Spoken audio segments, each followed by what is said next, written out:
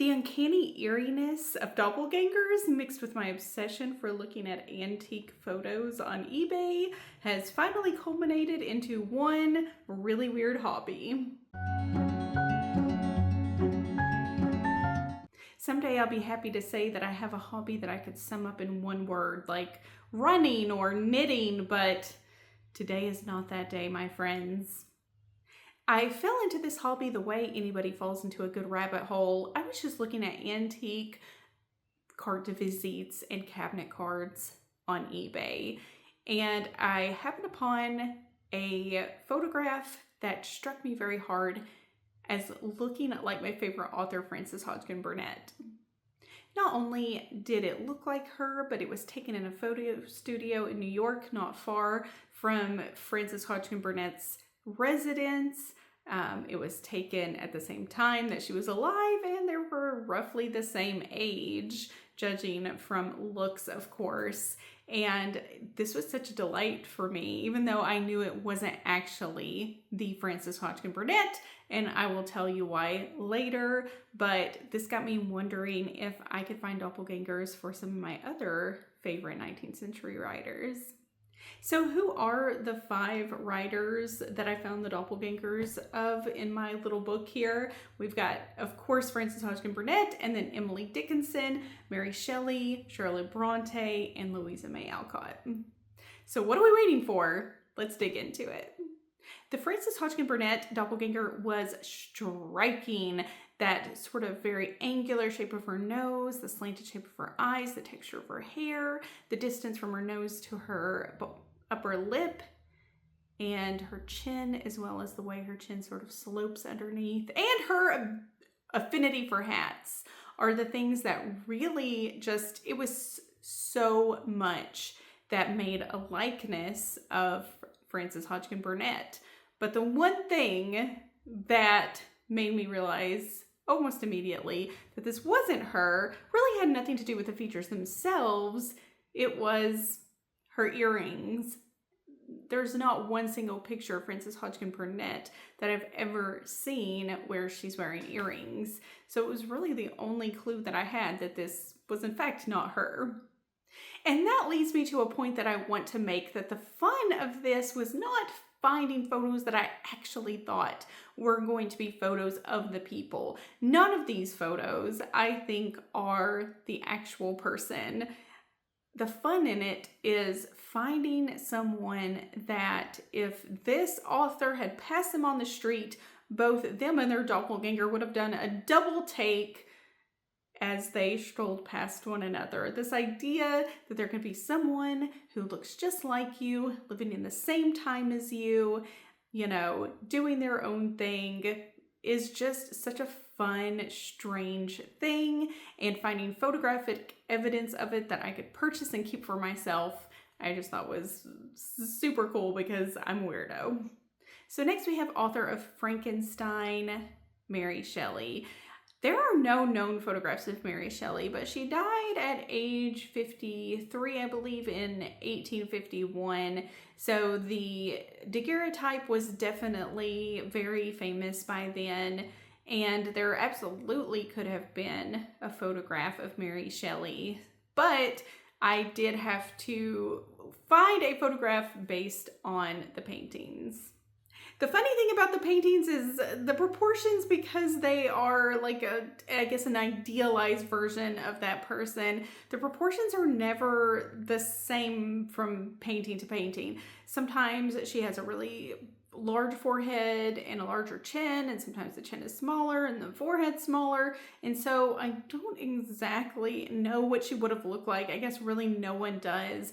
So I had to just base it the best I could on what I saw. And I really felt like I not only captured the shape of her mouth, that very long nose, the kind of expansive like chin, forehead, but just the slope of her eyes as well. But also I really wanted her to look kind of aged because she would have been a little bit older for that time. In the in the mid 1800s, and to kind of represent somebody who had kind of rough life for as much, prominence as they also had. So next up is Louisa May Alcott, author of Little Women, and she kind of has a special place in my heart because my 5th great grandmother is one of her second cousins, and it was really fun to find her doppelganger because, like Frances Hodgson Burnett, this doppelganger's photograph was taken in the same state that Louisa May Alcott lived in, which was Massachusetts, and again, they were around the same age at the same time. Both of them have a nose that kind of hooks down, they have the same full lips, and they have the same sort of squared chin. And an interesting feature is that one of the eyelids seems to droop, and it's the same eyelid from Louisa May Alcott as it is to her doppelganger, which isn't a typical feature for someone, so I thought it was really interesting that they both had this feature. And they also both kind of have that same wavy hair as well.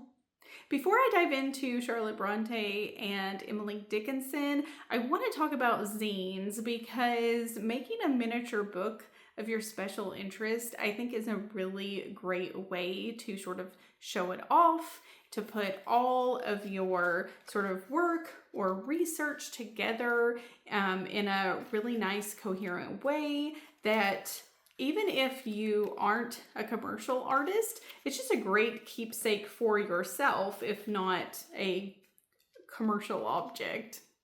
You can Google or even look at Pinterest for a myriad amount of zine types, ranging from just one that would use one sheet of paper all the way into really elaborate types like accordion zines.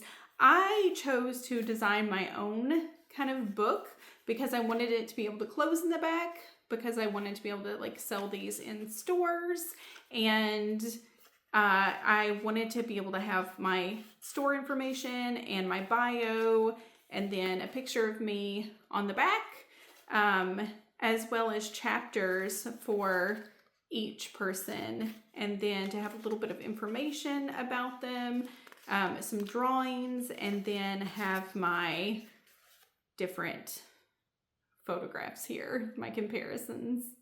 So this is stapled together, and it is over 40 pages long because I also have sources in the back as well. So this is kind of a big boy, but I was really intent on making a zine because this was such a fun sort of project, and I really wanted to be able to capture it and bring it all together. There are some paintings and sketches of Charlotte Bronte, author of Jane Eyre, but the family noted that they weren't really true spot-on likenesses. I believe at least one painting was done by her brother, but there was a photo that surfaced that people strongly believe are the 3 Bronte sisters, and I used the face known to be Charlotte herself as sort of the source material for the doppelganger that I was in search of. The most striking thing about Charlotte Bronte in this supposed photograph are her extremely light eyes. I mean, they are incredibly striking. Also, the way her lips kind of draw into a line mixed with her very sort of playfully short nose gives her just kind of an air of mischievousness about her. So I really focused on those features when looking for my doppelganger, but also just someone who had very light eyebrows to the point where you could really hardly see them, as well as very defined cheekbones.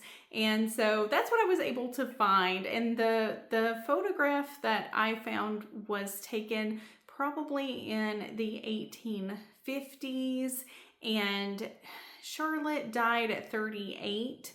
In I believe 1855, so she would have been a little older in the photograph that I found than she would have been in the photograph that is supposed to be her and her sisters, but I really do think that she makes a worthy likeness, though she has some pretty defined features, so she was kind of difficult to find.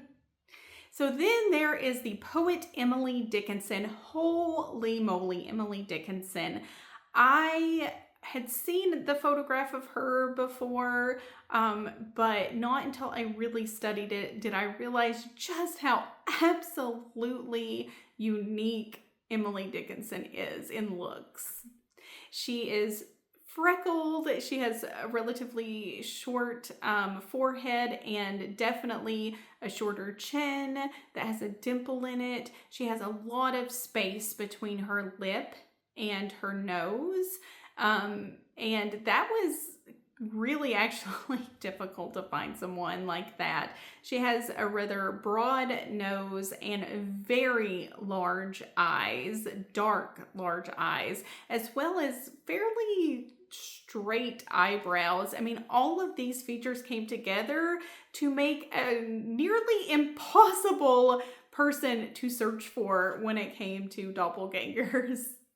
So I really had my work cut out for me when it came to finding Emily's doppelganger. I searched long and hard, and I finally found a daguerreotype of someone that I thought looked fairly similar, though not as close as the other doppelgangers to their literary figures.